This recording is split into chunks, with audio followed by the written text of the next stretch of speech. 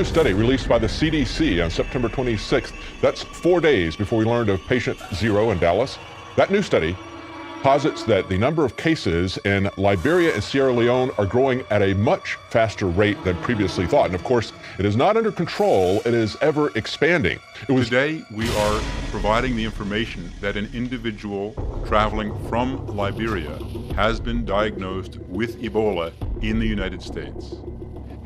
Hey, Dr. Colbert here, and there's a lot of fear concerning the Ebola virus, so I'd like to give you some facts so it can relieve your fears. First of all, approximately 21,000 people are presently infected with the Ebola virus, and the CDC predicts that by January of 2015, 1.4 million people will be infected. Now that's a huge jump in just 3 months. In fact, that's the entire population of the state of New Hampshire. Now, the latest on the Ebola outbreak in West Africa, which is moving faster than efforts to contain it. The disease has struck hard in 3 countries, Guinea, Liberia, and Sierra Leone, which is the epicenter.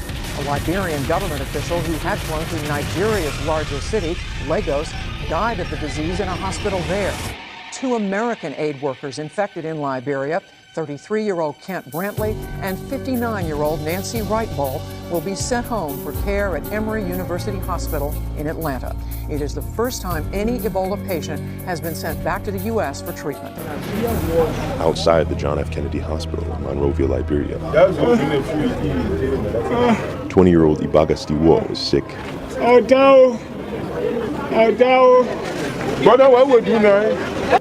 In Dallas, there is no sign Ebola is spreading, but the fear of Ebola definitely is. Stay with CBS 11 for continuing coverage of Ebola. The first case of Ebola in America dominates on TV, on radio. Government and health officials in Dallas are trying to reassure the public that... And online, like this post on Twitter. Everyone in Dallas better get to their nearest hospital and quick. I don't care if you feel fine. I want this thing contained. News that several children had been in contact with the Ebola victim and then attended area schools has frightened many parents. We're questioning right now as we're walking to school whether I'm going to let him go, and I'm heading towards not letting him go to school today. She's not alone. Attendance at the affected schools is down. For those 5 schools, it's 86% attendance. It's usually around 96%. You might expect Ebola fear, concern of an Ebola outbreak, would have people flooding emergency rooms and clinics. Health officials say that hasn't happened so far. Do you worry it could spread? Yes, I'm worried about the spread. Because kids go to schools, everybody go to church, everybody go to market. Not everybody's Ebola fear is the same. For instance, in this community, closest to the patient now being treated, it's mostly immigrants. Their fears are, what if there's a stigma attached to the disease? What if they were banished? What if they were quarantined? How would they go to work? How would they pay their bills? How would they survive? That really scares them. To try and calm public concerns and provide answers, Dallas activated its Emergency Operations Center, normally reserved for disasters. But it got off to a rough start with frustrated reporters. Wouldn't you want to keep them all in one place? Keep them in the Fear has even come to the fair, as in the State Fair of Texas, triggering concern it could hurt attendance. Extra hand sanitizer has been put out for visitors. Even iconic Big Tex has added a line to his usual Texas howdy. Always wash your hands before eating. The Liberian Daily Observer, which is the largest newspaper in Liberia, just published an article on their front page with the headline, Ebola AIDS manufactured by Western Pharmaceuticals, US DoD. The article basically accuses the U.S. of manufacturing this Ebola outbreak in what they call an American military medical industry scheme to use Africa as a testing ground for bioweapons. The article was written by Dr. Cyril Broderick, a professor who's taught at different colleges, including the Agricultural College of the University of Delaware. In the article, he urges African leaders to not let their people be Western guinea pigs. He accuses the Centers for Disease Control and Prevention, Tulane University, the U.S. Army, and others as all being connected to this bioweapons testing plot.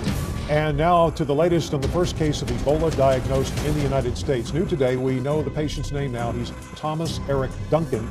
He remains in serious condition this afternoon at the hospital in Dallas. We also learned today that Duncan came into contact with as many as 18 people between the time he left Liberia on September 19th, including 5 Dallas students from 4 different schools.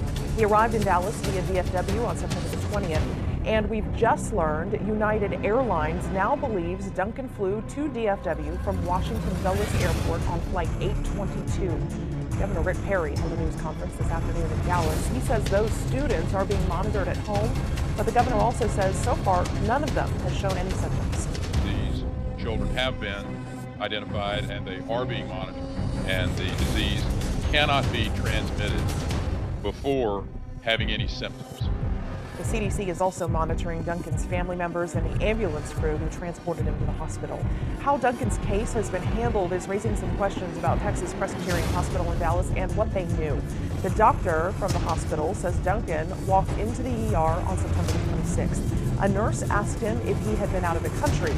That information apparently was not relayed to other medical personnel. Duncan did have a blood test, but not an Ebola screening, and was sent home with antibiotics. 2 days later, he was rushed to the ER with a high fever and nausea.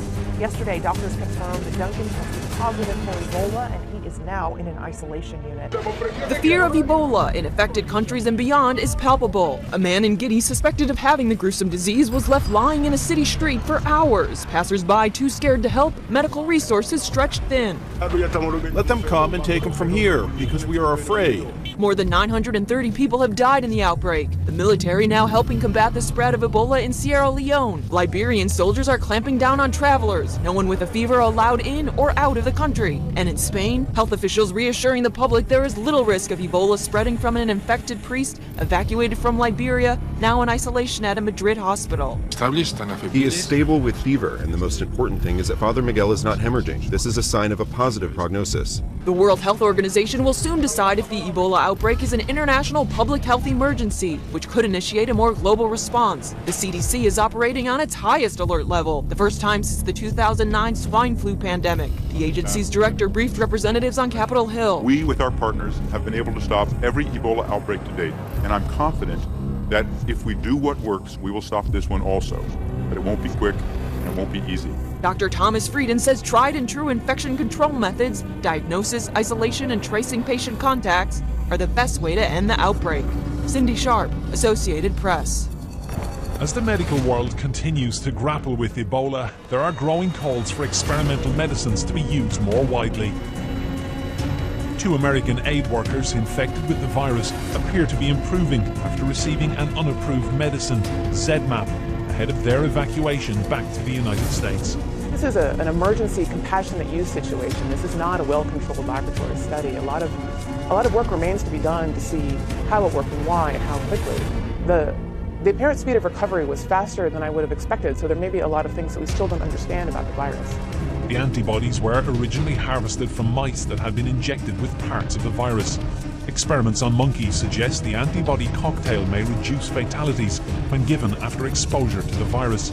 The proteins are then grown in specially modified leaves of tobacco, which act like a photocopier, reproducing larger amounts. I do agree there's no vaccine. Treatment is experimental. The real way of stopping it is by transmission of the virus, which we know quite well how to do. It's just spreading that message and then providing basic supportive care to people who are being treated at the moment. What we must remember, it's a very isolating and stigmatizing disease, and people deserve to be treated with care and concern, which is what we're all committed to. The Spanish government is sending a specially equipped plane to Liberia to evacuate a priest who is infected with the virus in the capital city, Monrovia.